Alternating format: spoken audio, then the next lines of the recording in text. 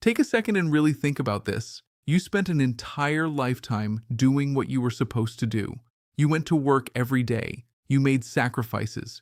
You postponed enjoyment through decades that honestly demanded nearly everything from you while rewarding you very slowly in return. And now, at last, you've reached this point. You are retired, or maybe you are standing just a few steps away from retirement itself. And for the first time in your adult life, you finally possess genuine financial freedom. That feeling is powerful, but somewhere deep in the back of your mind, there's another feeling too. It begins softly, almost quietly, but eventually it says, I worked hard for this. I deserve to enjoy it. Now it's finally my chance. And let me tell you something immediately before we go any further. That feeling is completely understandable. It is not foolish. It is not selfish. It is entirely human. You absolutely earned it. But here's the part almost nobody explains at the precise moment those emotions become strongest. Some of the purchases that feel the most rewarding during retirement are often the exact same purchases that slowly and almost invisibly become the greatest financial weights for the rest of your life. And the reason isn't because you lack discipline. It isn't because you made irresponsible choices. It's because the true long-term costs attached to these large purchases are rarely explained clearly when somebody is trying to sell them to you. It's like stepping onto a hidden trapdoor. By the time you finally understand the full cost, the money has already disappeared, and you're trapped holding the burden. So today we're going to break down 5 very specific purchases that retirees across the country buy with enormous excitement and later regret again and again with stunning consistency. Here's the roadmap for today's discussion. First, we'll talk about the permission gap. Second, we'll uncover the hidden math of retirement spending. Third, we'll go through the 5 purchases retirees most often regret. Fourth, we'll discuss the adult-child financial rescue trap. And finally, number 5, we'll cover practical frameworks that help create real freedom. Let's get started immediately. Section 1, the permission gap and why intelligent retirees make costly decisions. Psychologists actually have a term for this stage of retirement. They call it the permission gap. Usually it appears during the first 2 to 5 years after leaving the workforce, when retirees suddenly feel not only allowed, but almost expected to spend money on dreams they postponed for decades. We're talking about the boat, the oversized RV, the charming vacation cabin. Think about your own life for a minute. For 40 years, your spending decisions were controlled by invisible obligations. Mortgage payments, tuition bills, career demands, family responsibilities. Every dollar had to pass through a filter of necessity. But once retirement arrives, the voice driving many decisions changes completely. Obligation disappears and desire takes over. The issue is that purchases driven by desire at age 65 follow completely different financial rules than purchases made at age 45. At 45, you still have future earnings to recover from expensive mistakes. At 65, when your income becomes fixed, the recovery window shrinks dramatically. In many cases, it practically disappears altogether. The Employee Benefit Research Institute uncovered a remarkable statistic worth stopping to think about carefully. Retirees who make large discretionary purchases within the first 3 years of retirement are 31% more likely to face financial shortages by age 80. Think about that number carefully. 31%. That is not random chance. That is the cold mathematical effect of the permission gap operating without restraint, often fueled by shifting identity, emotional spending, or simple boredom during early retirement. Now, let's move into Section 2, the hidden retirement math and the real cost behind purchases. Most people evaluate major purchases based only on the visible sticker price, but advisors who specialize in retirement planning think about these purchases very differently. They focus on total ownership cost combined with opportunity cost. Think of it like an iceberg floating in the ocean. The purchase price is only the small visible portion above water. The much larger financial burden stays hidden underneath. So before making any large purchase in retirement, there are 3 separate calculations you absolutely must make. First, determine the true annual ownership cost. That includes insurance, maintenance, taxes, storage fees, and depreciation, which quietly destroys wealth year after year. Second, calculate your realistic yearly usage, honestly based on actual days you'll use the item, not fantasy scenarios or emotional dreams. Third, calculate the opportunity cost. In other words, what would that same amount of money produce if it remained conservatively invested instead? Once those 3 numbers are combined together, the results are often eye-opening. Vanguard data illustrates this perfectly. According to their compound growth projections, a $25,000 purchase at age 62 creates an additional hidden opportunity cost of approximately $30,000 in lost future growth by age 75, even assuming a fairly modest return rate. So that purchase didn't really cost you only $25,000. It effectively removed $55,000 from your future financial security. On top of that, living on fixed retirement income magnifies every financial mistake. While working, an unexpected $3,000 repair feels unpleasant but manageable. In retirement, withdrawing an additional $3,000 can create a chain reaction. It may increase taxes. It may reduce future compounding forever. It may even push more of your Social Security into taxable territory. The margin for financial error becomes incredibly small. All right, let's move into Section 3, the 5 purchases retirees regret most often. Purchase number 1, the RV or luxury motorhome. The dream here is extremely seductive, isn't it? Endless highways, national parks, grandchildren laughing in the back seat while the country rolls by outside the windows. But the RV industry rarely markets the reality with the same intensity it markets the fantasy. Statista research shows that 56% of RV owners over age 60 use their RV less than 3 weeks per year. Less than 3 weeks annually. Meanwhile, Consumer Reports estimates annual maintenance for large Class A motorhomes between $3,000 and $7,000 every single year, making it an incredibly expensive machine to leave parked in a driveway. Let me tell you about a retired couple we'll call David and Carol. They retired with around $340,000 in savings and purchased a beautiful 38-foot motorhome costing $112,000. At first, they imagined multiple cross-country trips every year, but over time, David's worsening back problems made long drives difficult. Their plans gradually shrank from several trips annually to one short journey each year. After 5 years, they finally sold the RV, and the financial reality was painful. Between loan payments, $600 yearly storage fees, ongoing repairs averaging $3,000 annually, and massive depreciation losses, that RV ultimately cost them about $14,000 per year while being used only 42 total days across 5 years. When you break down the numbers, that equals approximately $2,470 for every single day they actually used it. But the emotional cost was even worse. They experienced what psychologists call sunk cost acceleration. The pressure to force themselves into trips they didn't even want anymore, simply to justify owning the vehicle. There's a far smarter alternative that preserves the enjoyment without creating the burden. Financial planners call it the rent-first strategy. Instead of purchasing an RV, retirees can rent one for several weeks each year through rental platforms. Over 5 years, that may cost between $15,000 and $30,000 total. No storage bills, no repairs, no depreciation, no winterization headaches.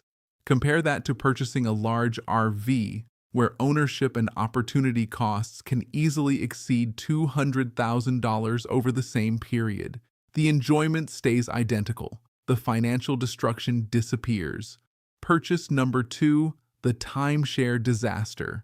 If there is one purchase almost universally criticized by financial advisors, the FTC, consumer advocates, and retirement planners alike, it is the timeshare. The average timeshare purchase in America costs roughly $24,140 upfront. But the real danger lies inside the psychological sales process itself. You attend a free breakfast during vacation, sit through an exhausting presentation engineered to create pressure and urgency, and eventually many people give in emotionally. Consider a retiree we'll call Margaret. She spent $22,000 on a Florida timeshare. 5 years later, family scheduling conflicts prevented her from using it regularly, yet she remained trapped paying $1,400 annual maintenance fees that continued rising around 4% each year, whether she used the property or not. When she attempted to sell the timeshare, she discovered the resale market was practically worthless. Many listings appear online for $1 with no buyers whatsoever.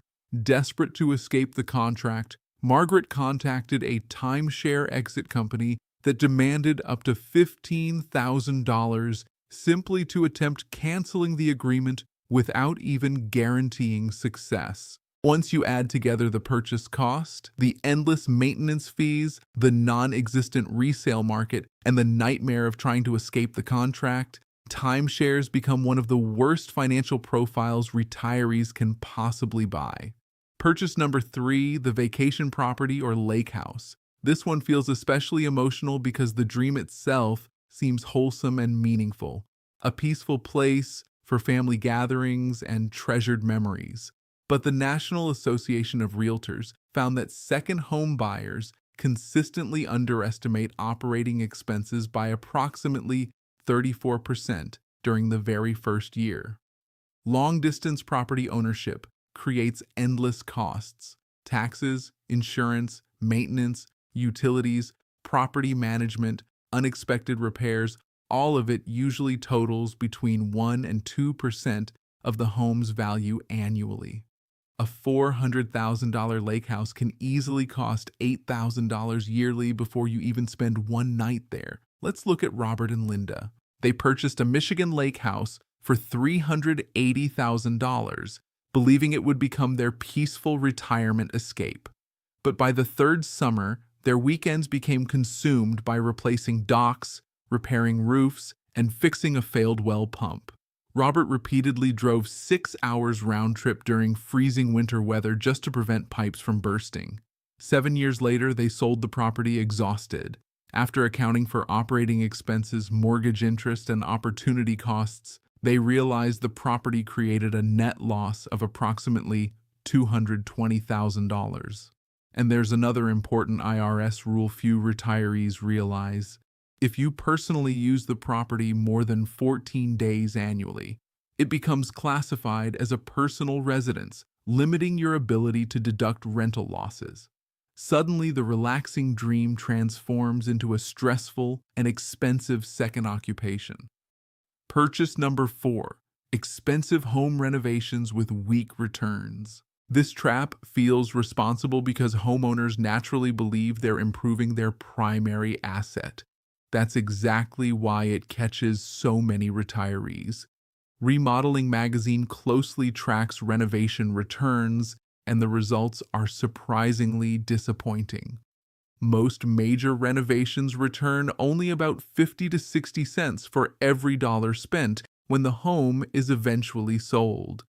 In your 40s, an expensive luxury kitchen remodel may make perfect sense because you'll enjoy it for decades. But spending enormous cash in your late 60s on a home you may leave within several years due to health changes creates an entirely different calculation. Consider James, a retired contractor. He spent $130,000 cash remodeling his kitchen and master bathroom beautifully. Only 18 months later, his wife's health declined and forced them to move into a smaller single-story residence. That $130,000 renovation increased the home's appraisal value by only $78,000. Effectively, James spent $52,000 for just a year and a half of improved living space. Unless renovations directly improve aging-in-place safety, such as walk-in showers, grab bars, or first-floor accessibility, luxury cosmetic upgrades often become major financial drains during retirement. Section 4. The Adult-Child Rescue Trap. Now we shift into a category driven almost entirely by love rather than personal enjoyment, and it's extremely common. Adults over age 50 transfer more money annually to their grown children than they contribute toward retirement savings themselves. Pew Research reports the average yearly support exceeds $4,500, and for many families, the amount is dramatically higher. But here's the heartbreaking reality. 53% of parents providing ongoing financial assistance admit it has damaged their own long-term financial security. We need to face an uncomfortable truth. If you sacrifice your retirement savings to rescue your adult child financially today, and later reach age 78 unable to afford healthcare or assisted living, who eventually absorbs that burden? In most cases, your children do. Ironically, protecting them financially now may create a much heavier burden for them later. Whether it involves co-signing mortgages, providing repeated cash support, or draining retirement assets for down payments, the pattern quietly escalates over time. Honest boundaries become essential. It is completely reasonable to say, "I love you deeply. I can help with this specific amount. But beyond that, I must protect my own future so I never become a burden to you later in life." Finally, Section 5, Frameworks for True Freedom and Protecting Your Wealth. So after hearing all of this, what should retirees actually do? The answer is not endless fear or paralysis, and it certainly isn't denying yourself all enjoyment. The solution is using structured spending frameworks that protect you from emotional financial decisions. The most effective rule for any purchase above $10,000 is called the 90-day rule. Here's how it works. Write down the purchase price, then write down the realistic yearly ownership costs. Finally, write down the emotional reason you want the item. Fold the paper, seal it inside an envelope, and place it in a drawer for exactly 90 days. Do not touch it. 3 months later, reopen the envelope. If the desire remains strong and the numbers still make sense, then proceed confidently. But surprisingly often, the emotional urgency fades dramatically. What once felt essential suddenly reveals itself as temporary excitement created by boredom or persuasive sales tactics. That simple pause can save enormous amounts of money at zero cost. Alongside the 90-day rule, every major purchase should pass through a 7-question filter. First, complete the 90-day waiting period. Second, calculate the true annual cost, including hidden depreciation. Third, ask whether you can realistically maintain the purchase physically and logistically at age 75 or older. Fourth, determine whether the purchase creates genuine freedom or ongoing stressful obligation. Fifth, establish an exit strategy.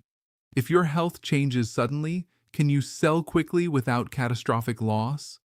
Sixth, ask yourself whether you truly want the item itself or merely the emotional identity it represents. Sometimes people buy symbols of success or adventure instead of actual happiness. And seventh, consult a completely unbiased advisor who earns absolutely no commission from the sale. Retirement wealth is ultimately about maintaining liquid flexibility. Real freedom means preserving the ability to change your plans, relocate, adapt, and respond to life, rather than becoming trapped beneath heavy, expensive possessions. As we finish today's discussion, I want to leave you with one final thought.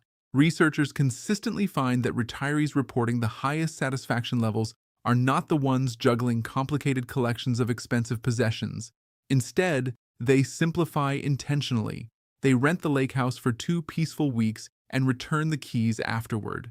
They rent the RV for a summer trip without worrying about winter storage or repairs afterward. Their wealth stays liquid, flexible, and growing. Remember, retirement is not the chapter where you must prove you succeeded. You already proved that through decades of work, discipline, and sacrifice. This chapter is about peace. It's about understanding what truly matters and realizing you already have enough. Genuine financial security becomes the invisible structure supporting your daily freedom. So the next time you sit at a table preparing to sign paperwork for some enormous purchase, pause for a moment and ask yourself one simple question. Is this purchase buying me possessions, or is it buying me peace? Thank you for spending this time with me today. Take these ideas seriously, apply them carefully to your own life, and make sure your retirement journey becomes exactly the peaceful story you truly deserve.